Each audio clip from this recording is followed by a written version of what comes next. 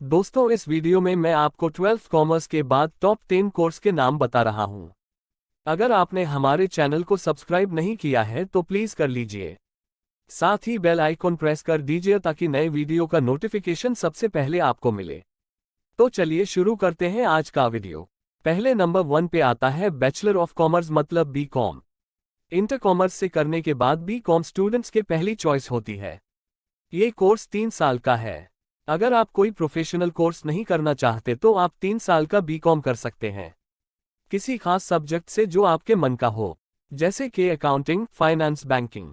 इसके बाद second number पर आता है चार्टर्ड अकाउंटेंसी मतलब सीए। सीए का काम फाइनेंस और अकाउंटिंग से रिलेटेड काम करना होता है। फाइनेंस एडवाइस देना और इन अकाउंट का एनालिसिस करना और टैक्स से संबंधित काम करना होता है।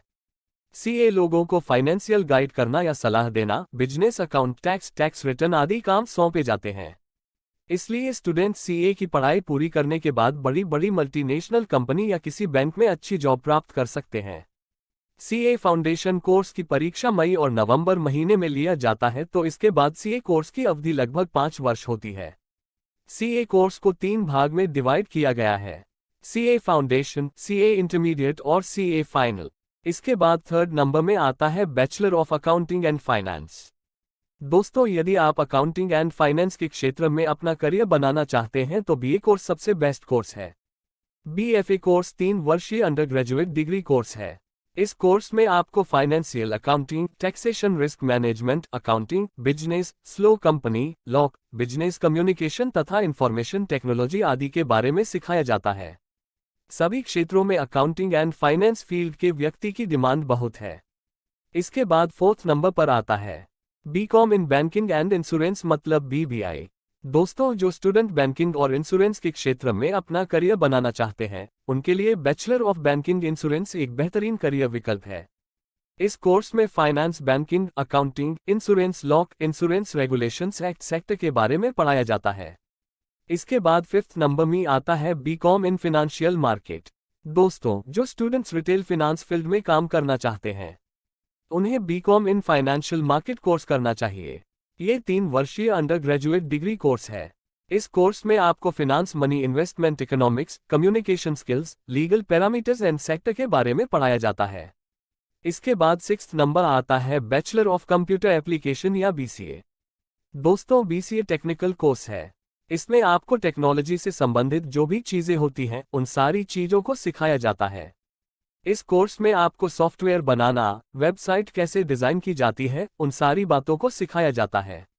इस कोर्स को करने के बाद आप किसी भी कंपनी में सॉफ्टवेयर डेवलपर या वेबसाइट डेवलपर के रूप में काम कर सकते हैं। इसके बाद 7th नंबर में आता है कॉस्ट एंड मैनेजमेंट अकाउंटेंट मतलब सीएमए। सीएमए कोर्स को युवा दिमाग को कल के बिजनेस के रूप में विकसित करने के लिए डिजाइन किया गया है।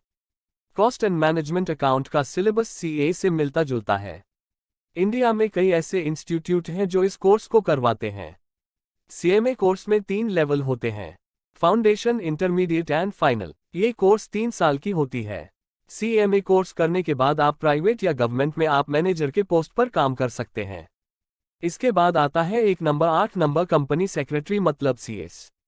कंपनी सेक्रेटरी मतलब सीएस 3 साल का प्रोफेशनल कोर्स है। यह course institute of chartered accountants of India द्वारा कंडक्ट किया जाता है। सीएस कोर्स को 3 भाग में डिवाइड किया गया है: फाउंडेशन कोर्स जो कि 8 महीने का होता है, इंटरमीडिएट या एग्जीक्यूटिव कोर्स जो कि 9 महीने का होता है, फाइनल या प्रोफेशनल कोर्स जो कि 15 महीने का होता है। इसके बाद 9th नंबर आता है बैचलर ऑफ बिजनेस एडमिनिस्ट्रेशन। ये एक 3 साल का अंडर ग्रेजुएट कोर्स है।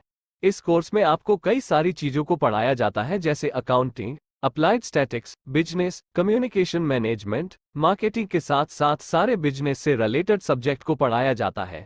इसके बाद के 10th नंबर पर आता है गवर्नमेंट जॉब। दोस्तों, 12th के बाद अगर आप कोई कोर्स नहीं करना चाहते तो आप गवर्नमेंट जॉब की तैयारी कर सकते हैं। आइए जानते हैं वे कौन कौन सी जॉब है।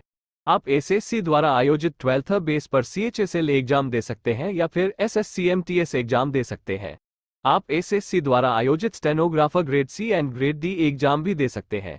साथ ही फॉरेस्ट गार्ड एग्जाम भी दे सकते हैं। उम्मीद करता हूं कि वीडियो आपको पसंद आई होगी। अगर आप जो कोर्स करना चाहते हैं और ये कोर्स इसमें शामिल नहीं है तो परेशान होने की जरूरत नहीं है, आप हमें कमेंट कर बता